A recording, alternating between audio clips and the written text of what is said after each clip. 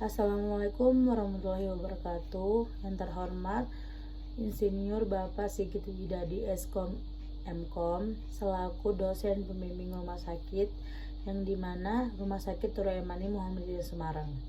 Sebelumnya perkenalkan, nama saya Diva Oldina dengan NIM 2021301061 yang dimana izin mempresentasikan hasil seminar PKL saya, yang dimana saya mengambil alat itu ada dua, yaitu defibrillator dan autoref keratometer. Yang pertama, defibrillator. Yang pertama itu defibrillator. Defibrillator itu apa? Defibrillator adalah alat bantu medis yang dimana digunakan untuk menyediakan arus listrik yang kuat ke jantung seseorang dengan tujuan untuk mengembalikan ritme jantung yang normal. Alat ini juga pertama kali diperkenalkan pada tahun 1956 oleh Dr. Pauzol.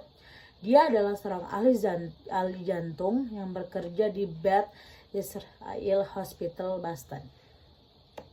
Lalu untuk spesifikasi alat defibrillator itu adalah namanya itu defibrillator, mereknya Zoll, tipenya R series, power supply-nya 50-60 Hz, jenis gelombangnya red linear biphasic. Untuk pilihan energinya dari 10, 15, 20 sampai 200 Joule. Untuk charge time-nya kurang dari 7 detik. Untuk ECG lead-nya ada kabel 3 lead sama 5 lead ECG. Untuk jenis layarnya LCD, baterainya itu ada di 10,8 volt rechargeable lithium ion. Dan untuk aksesoris lainnya ada pulse oximetry, CO2 sensor, dan NIBP. Untuk penempatannya yaitu ada 3 ruang PICU, ECU, dan NICU. Lalu untuk bagian-bagiannya di sini ada 15 bagian, yang dimana nomor 1 adalah front panel atau yang dimana layar display dan beberapa tombol. Yang kedua ada handle sebagai pegangan alatnya. Ketiga external pedal wheel yang dimana untuk penyangga pedalnya. Beeper adalah indikator alat. Yang kelima USB host connector atau yang dimana untuk konektor ke equipmentnya. Lalu yang keenam ada USB device connector, di mana untuk menyambungkan defibrillator ke alat yang menggunakan USB. Yang ketujuh ada data card slot untuk penyimpanan SD cardnya. 8 defibrillator test port yang dimana untuk mengecek alat. Yang ke-9 speaker untuk keluarnya suatu perintah suara. Yang ke-10 ada paper compartment yang dimana untuk penyangga kertas strip chart printernya. Yang ke-11 ada release button untuk mengeluarkan kertasnya. 12 ada battery compartment, tempat baterainya.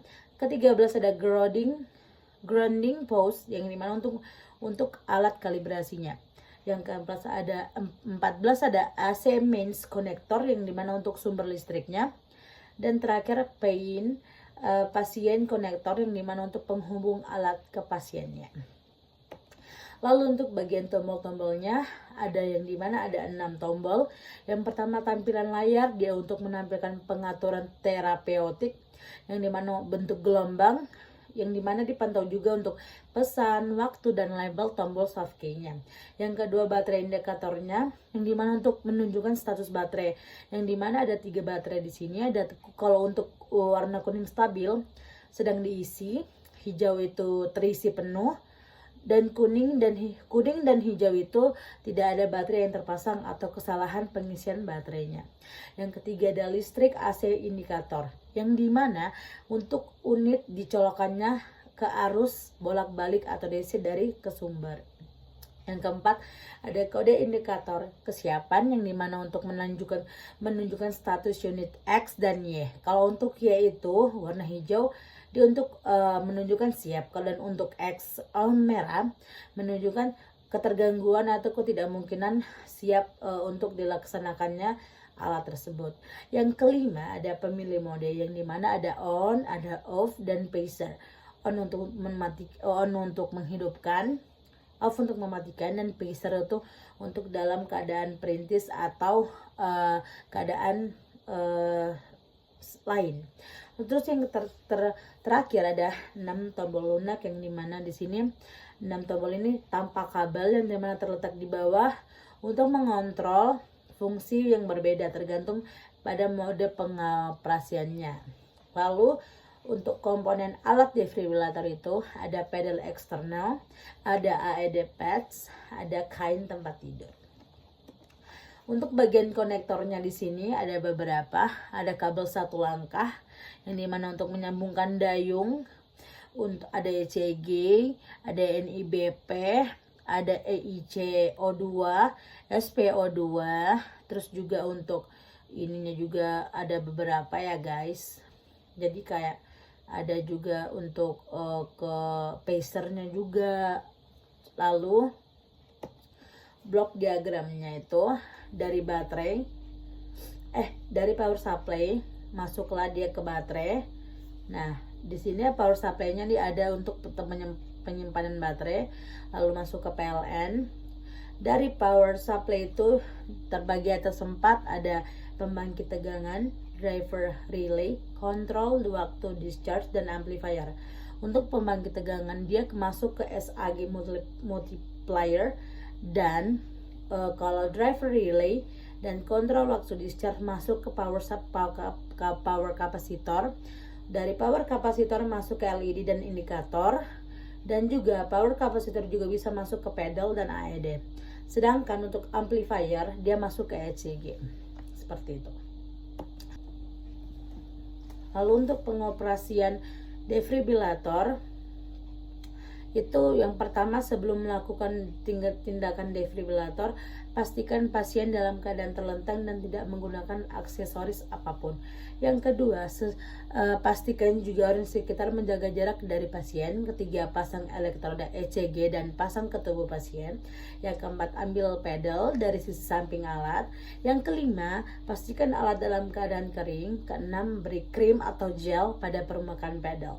Yang ketujuh, tempelkan pedal pada pasien apex dan sternum. Kedelapan, tekan tombol energi. Yang kesembilan, lakukan pengisian dengan menekan satu tombol pada pedal, lalu proses pengisian dalam yang dimana didapat dilihat dari monitor. Yang ke-10, jangan sentuh pasien pada saat proses defibrilasi atau defibrilator. Yang ke-11, setelah proses pengisian akan terdengar suara beep, lalu akan muncul tulisan defibrilator ready, dan tombol juga akan menyala. Ke-12 ada lakukan pengosongan dan peringatkan untuk menyingkir. 13, setelah selesai pilih switch pada tombol energi ke bagian 0 lagi. Dan terakhir lalu tekan tombol power dan kembalikan pedal ke tempat semula. Untuk bagian-bagian defibrilator ada lampu charge ready, connector and relays, tombol charge, tombol shock, tombol record, and tombol energy select. Yang dimana tombol shock itu untuk mengosongkan energi memberi joule ke pasien, tombol record untuk merekam sinyal EKG, tombol energi select untuk memilih beberapa energi joule yang diberikan untuk ke pasien, tombol charge itu sebagai pengisi energi ke pedal, lampu charge ready untuk indikator pedal ke kalau sudah terisi penuh, connector and relays untuk menghubungkan dan melepaskan kabel pedal. Terdapat dua pedal, yaitu ada apex dan sternum, yang dimana apex itu satu arah dan sternum itu dua arah. Ada perekam tombol, terkejut tombol, energi pilih tombol, pengisian step indikator, ada tombolnya, ada penyambung dan lepaskan tombol untuk kabel satu langkah. Ada dayung tulang dada dan dayung puncak. Untuk defibrilator berdasarkan gelombang ada monopasik dan bipasik, yang dimana monopasik itu dia untuk satu arah dan bipasik itu dua arah, seperti itu. Lalu untuk alat ukur digunakan ada defibrilator analyzer, yang dimana untuk menguji keakuratan besarnya keluaran energi joule dan juga untuk mengukur waktu pengisian charge time dari defibrilator. Lalu Ada untuk parameter digunakan ada 3: akurasi energi joule, energi maksimum 10 kali, dan waktu pengisian sampai dengan maksimum.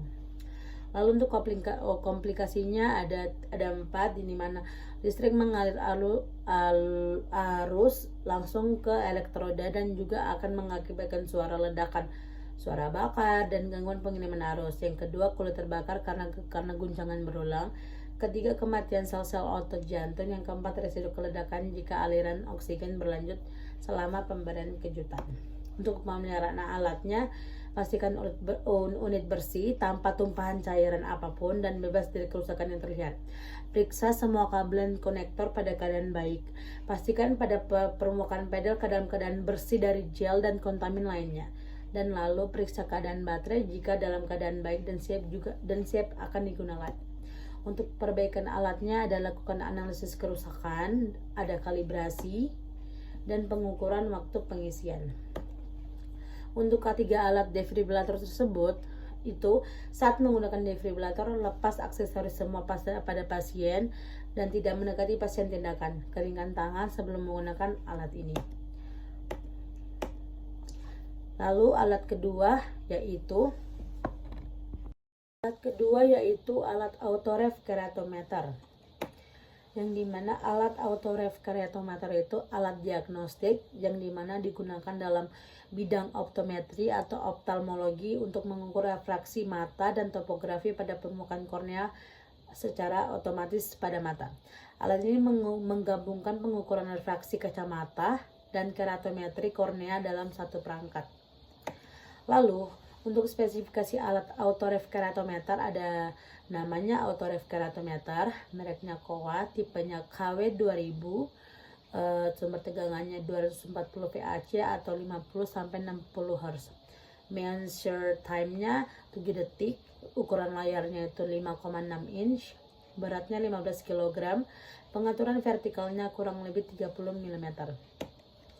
Untuk prinsip kerjanya di sini adalah pada optometer subjektif pada pasien harus menyesuaikan sesuai dengan alatnya untuk memfokuskan target yang ia lihat sehingga membuat mata terkadang mengalami akomodasi yang berlebihan dan beresiko akan terjadinya astigmatisme, yang dimana autoref ini mengukur pada objektif yang tidak memerlukan banyak kerjasama dengan pasien. Juga alat ini menggunakan dua sumber cahaya, di mana cahaya pertama adalah cahaya yang digunakan untuk menerangi target.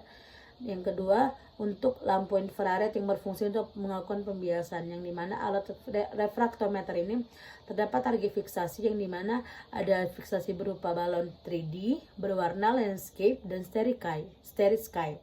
Untuk kecepatan refraksi di sini dilakukan mendekati 0,1 detik. Hal ini juga untuk membantu meniadakan perubahan fiksasi sesaat. Untuk akomodasinya ini terdapat pada mata pada saat dilakukan. Untuk bagian-bagiannya ada 15, ada operator display sebagai LCD display untuk menampilkan, display button untuk mengaktifkan informasi, printer door untuk mengakses kertas print, chin rest switch untuk menggerakkan dan menyelaraskan ke atas dan ke bawah. Untuk joysticknya untuk menyelaraskan instrumen ke pasien. For headrest-nya untuk bergerak ke kanan dan ke kiri pada posisi pasien yang benar. Untuk Chandra's Alignment Marks itu sebagai tanda instrumen yang menunjukkan vertikal tengah pada mata pasien. Chin rest-nya juga untuk titik referensi, dan short touch switch-nya untuk beralih ke pengukuran mode manual. On off-nya itu sebagai on untuk menyalakan dan on off-nya untuk mematikan. USB port-nya untuk komunikasi untuk mentransfer data ke printer. RS232 port itu untuk ke komputer. Fuse holdernya untuk tempat screen. Main power connector and fuse holdernya sebagai koneksi untuk daya input dan screen. Data plate-nya untuk menyediakan dan informasi manufaktur. Untuk di blok diagramnya di sini dari power supply dikontrol oleh prosesor dan kontrol hidrolis, dan dari lanjut ke prosesor itu masuk ke referensi objek, yang dimana digunakan joystick untuk menyelesaikan panduannya, lalu ke transmitter and receiver, lalu ke kontak lens atau kontak mata, dan itu masuk ke display. Dari display masuklah ke printer. Lalu untuk standar operasionalnya ada colokan kabel power ke sumber tegangan, hidupkan alat dengan menekan tombol on off, posisikan pasien dengan memandang titik fokus dan tidak menggerak untuk tetap tenang. Lakukan pengukuran menggunakan joystick. Untuk pada saat pengukuran sudah tepat akan muncul tanda plus tepat pada mata.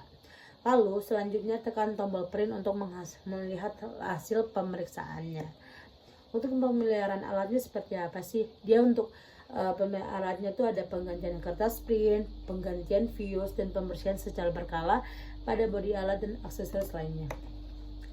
Lalu untuk gejala dan penyebab solusinya itu sering terjadi kalau kemarin yang saya ini di rumah sakit ada monitor power indicator tidak menyala karena mungkin powernya tidak tersambung, dan juga untuk solusinya dicek kembali.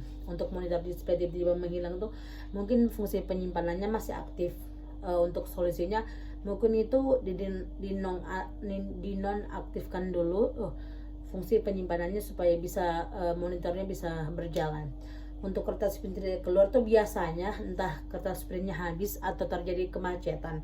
Untuk solusinya itu biasanya periksa sisa kertas print masih ada atau tidak, atau kalau misalkan sudah tidak ada ganti dengan yang baru. Joystick sering macet itu sering terjadi karena mungkin tidak dibersihkan seperti itu. Jadi kayak ada debu-debu atau apa yang bisa menghambat dia tidak bergerak. Untuk solusinya ya dibersihkan dan juga di sterilkan supaya bisa berjalan lagi dengan baik. Untuk kalibrasi autoref tersebut di sini tidak perlu memerlukan kalibrasi yang terlalu berat seperti defibrillator tadi. Dia untuk kalibrasi autoref ini ada kalibrasi internal di dalam alat tersebut yang dimana bisa diakses pada bagian menu. Nah, terus juga untuk kalibrasinya sangat mudah, cuma mengikuti perintah kalibrasi yang terdapat pada layar. Nah, untuk ketiganya ini periksa kabel power yang tersambung pada sumber tegangan. Terus jangan sentuh lensa optik karena dapat merusak dan mengotori optik. Jadi kalau kita memegangnya itu nilai akurasinya itu tidak akan tepat pada mata. Untuk kelebihan kekurangannya ini, kalau untuk kelebihannya itu tidak hanya dilakukan oleh dokter, terus juga bisa teknisi optalmik kayak misalkan kayak periksa-periksa mata gitu, itu bisa juga digunakan. Juga untuk segi kenyamanan itu dan kecepatan juga akan sangat membantu. Kalau untuk kekurangannya, alat ini membutuhkan biaya yang sangat besar dalam pengadaannya seperti itu. Untuk kesimpulannya, autoref ini alat yang dimana untuk mengukur mata dari mata silinder minus tepat pada mata. Juga untuk mengetahui kelengkungan kornea kita apakah masih berfungsi atau tidak pada kelengkungan kornea pada mata area tertentu. Seperti itu sebelumnya.